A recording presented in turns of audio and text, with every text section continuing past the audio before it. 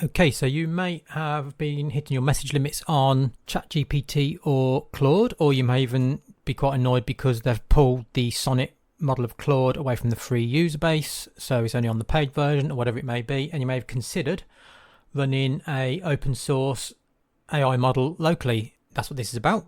I'm going to show you I've got one running. I'm going to do it on two PCs. So the idea is, can you run it on your PC? So the two PCs we are using, we've got this one, I've already got it running on, and all you need is Ollama and a Chrome plugin. That's all you need to do to get this going. So this PC, the specs are, we've got 128 gig of RAM running at 3200 megahertz. We've got a Ryzen 9 5950X. We've got three M.2 SSD drives. Obviously it's only on one of them, but with a 3 in there. And then we've got a NVIDIA RTX A5000 workstation graphics card with 20 gig of RAM. So this is, I mean, this PC is 4 years or so old, so it's not new, but this spec is, I guess, on the higher end. It certainly was when it was built. And then the other PC is just an old bus and a potato, I suppose. And the specs on that one we're going to try on. This one I haven't tried it on. This is where I'm going to set it up on. I'll set it up while I do it, and then we can see where it works. And there I've got a 32 gig of RAM. I can't remember what speed it was. It's been years since this thing was built. We've got a NVIDIA 2080 Ti gaming card. We've got SATA SSD drive. So wonder if the difference between the SATA and the M.2 will make a difference in the speed and how this works.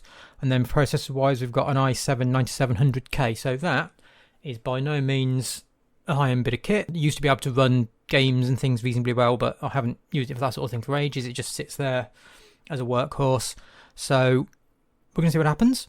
So what's it all about? Many of us use AI for different purposes, whether it be creating articles or helping us to troubleshoot and debug code, or interrogating documents, or creating images, or text to speech, which I did a recent video on. So obviously many different uses, and most of us use the free versions. Obviously there are paid versions, but you can go open source, and that's what it's all about. So all you need, as I said, is Ollama. So if you went on the Ollama website, basically you just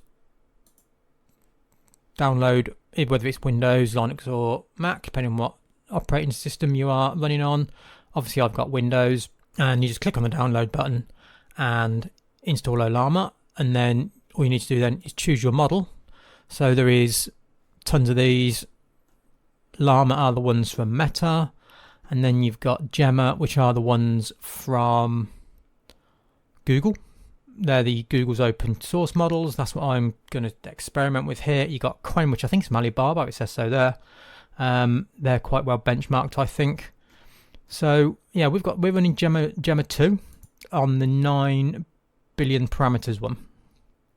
So that's the model I've got running on this PC. I haven't tried any of the big ones. I will do at some point, but I haven't done yet. And when you've downloaded Ollama, all you do, pick which model you want. They've got the benchmarks for the 9 and the 27 billion parameter models there against some of the competitors. You copy and paste the command into a terminal, and it'll download and install that model. Basically, it's as simple as that. I am going to go through it, as I said, so don't worry about that too much. You can then intro that model in the terminal, but if you want to do it is a more friendly UI, there is a few ways of doing it, but I've actually gone with Page Assist, which is a Chrome extension. So you just install the Chrome extension, and it looks for Ollama. As you can see, it's running, and then away you go. That's how you do it. So first thing we're going to do, we're going to give this PC, which is the one with the 20 gig of RAM graphics card and the Ryzen 9 5950, we're going to give this a task to do and see what it does, how long it takes, and what kind of response we get. And then we're going to do exactly the same thing on the other PC. Not very scientific, I fully appreciate that, but can we run it on an older machine and see what happens? And we'll run both tests. Like I say, not scientific, but test nevertheless. We'll have a look in the settings and see if there's what changes you can make to try and improve the performance, if there's any I haven't actually checked. So let's get started, and then let's give it a task. Okay, so what I'm going to get it to do is go on the internet and give me a summary of the MCU's Wikipedia page, because it's reasonably extensive. In fact, it's very extensive. And then once we've had the summary, see what that's like, then we'll ask it maybe some questions on some actors and see if it can pick them out. So let's go. So if we have a get the thing, we want it to search the internet. So if we go, so we can have a summary of the article on this page, which is the MCU page. And what we'll do, we'll set a timer, see how long it takes to give us a response. Like I say, I haven't done any optimization of performance because I haven't looked into it, but I'm sure you can. So anyway, let's quick go and start timer. So that short summary took just under a minute to come back, and you see it's got its citations, i.e. its sources. It is quicker actually, I've played around with it. It is quicker when you're not searching the internet. So let's try, see what it knows. So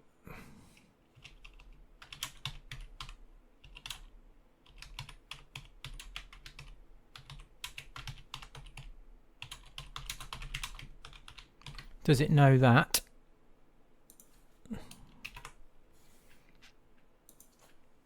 Without going on the internet, and will it be quicker? There we go. Porcupine's played by Sebastian Stan, the MC. Whether that's taken from the memory of what it's just done, grabbing that information from Wikipedia, or it knows that, I'm assuming it's probably got it from there. So into the context of the chat. So that's running on here, and I'm going to be playing with it more, but that's running locally. I've only just put it on the last couple of days. So let's jump over to the PC and we'll start from scratch and see how it goes. Okay, so we are on the potato. So we are on the download page for Llama. This is how you do it. This is, I'm going to run through it. So if you just follow along, if you want to run this on your own PC, so just click on the downloading for Windows. So while that's downloading, we want to head to models. Like I say, you can have as you can see, there is tons and tons of different models do different things. So you may want to have a look through those and see which one suits your purposes. We are going for, and we're going to install the 9 billion parameters version. And when the package is downloaded to your local PC, all you got to do then is install it as usual. So I'm just going to go ahead and do that. So just click on the install, and Alarm will do what all apps do, just install itself. Okay, so you have this come up, Alarma is running, click here to get started, and as you can see we've got a console. So basically all we need to do is download a model. I apologise if you can hear noise in the background, it's torrential rain, which is worse, the PC fan or the rain, but there we go. So you go to the models page and we're looking for Gemma 2, and we're going to install the 9 billion parameter version of Gemma 2. So all we need to do is copy and paste that to our PowerShell window, and then that'll get installed then onto your local environment. It's only a 5 gig download, so it shouldn't take too long. And when Gemma 2's downloaded, you need to head over to Google. So once you've found Page Assist in the Chrome store, just click Add to Chrome, and then basically add extension, and then that will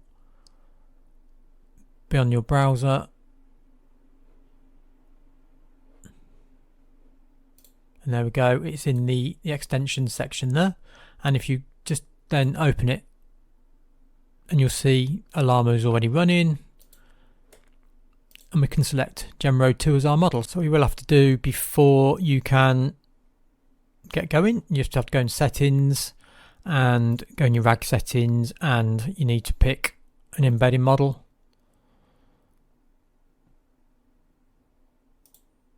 As Gemma 2 is the only one we've got downloaded, that's what we're going to use. Like it says there, it's maybe not the best choice, but that's what we'll do. For now, I am going to come back and go over some of these settings, see what we think of them in a few minutes. But let's first off, basically we want it to summarize the MCU Wikipedia page, same as before, and we've got web search on, so we've got to do click submit. Okay, so that took just over a minute, although the PC fan did go off pretty loudly. I don't know if you if I caught that there on the recording there. But so the time for it to summarise the MCU page on Wikipedia was basically the same within 10 seconds, which I find quite interesting. So maybe what we'll do, we'll just give it a prompt to maybe give it a new chat, give it a prompt to write an article, and maybe do the same on the other PC, just see what that comes back with, not related to the internet search, and then we'll wrap this up looking at some settings. So let's go for a new chat, and we'll come up with some prompts for a short article to write. Okay, so we're going to ask it to write a short article about itself, basically. Got a few H2 subheadings, introduction, some advantages, and all the rest of it, and we're going to see what it spits out, and then we'll do exactly the same thing on the other PC, and then we'll wrap this up by looking at some of the settings.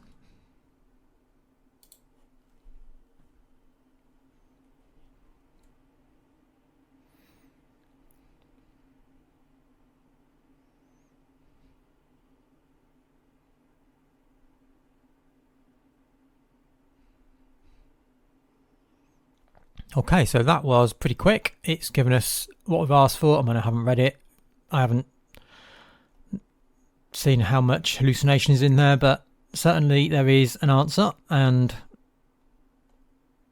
that was pretty good. So this is run on the i7 9700K, I think it was, and then we've got 32 gig of RAM and the 2080 Ti. Let's run the same test on the other PC, see what it spits out, see if the answer is any different using the same model. But I think the answer to the question is, can you run it on an older machine? Yes, you certainly can. That's been proven. So that's interesting, very handy if you haven't got a state-of-the-art PC. So let's go and do that, and then we'll move on. So I'm just back on the main PC. I'm just going to ask it to write the same article that it did on the lower spec one and see if there's any differences.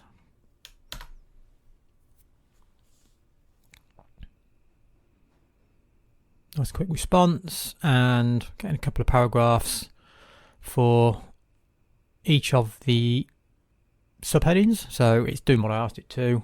Again, I haven't started to check this for hallucinations, but it mentions I think the RAM is pretty much the same that it recommends. So they both do the same job. So I think depending on your use case, if you're using basic model querying, I should imagine you running it on the older PC is absolutely fine. So that's an interesting discovery. So I want to just quickly look at some of the settings. Now, like I said earlier, the embedded model, I've just got the Gemma latest because that's the only one that's on here. That is something that's going to make a big difference, obviously. I'll come back to the chunk size and overlap, etc. in a second, but the one I want to talk about is this one. So the system prompt. So these have been the same on both PCs. I haven't touched them, they're just whatever standard. So you got the one for the RAG and one for the web. This is where you can be very specific about what you want the AI to do for you, and that is in your system prompts. I did a video with the OpenAI Playground and also the API where I created an AI assistant, and it did a specific task based on some documents I uploaded. You can go check that out, it'll be on the screen now, and I was very specific and reasonably extensive, I suppose, to a degree, in my system prompts. So this is where you need to really think about spending some time and doing some research on what kind of prompts you're going to give the AI to get the best results from your queries. And I will go into this deeper in future videos, I think, because it's a really interesting subject, at least I think it is. And then in terms of this information on the chunk size, AI breaks down large pieces of text into smaller pieces of text, and the chunk size is the amount of tokens that it is using at a time, and then the overlap is the amount of chunk overlap between sort of the splitting down of the tokens. And the overlap also allows the model to carry over context of information between the different chunks that it is reading. So a large chunk will process more text at once, but it will be might get more errors in it, whereas it'll be quicker. Whereas a smaller chunk size, obviously, is the inverse of that. So it'll be a bit slower, but it may be a little bit more accurate. So that is something you can play with there. Say the embedding model is something definitely to look into. Chunk size is just settings you can play with, and then really have a think about system prompts, because they will make a difference. But in terms of what this was about, and that was, will this run on an old PC, which is the other one? Yes, it will.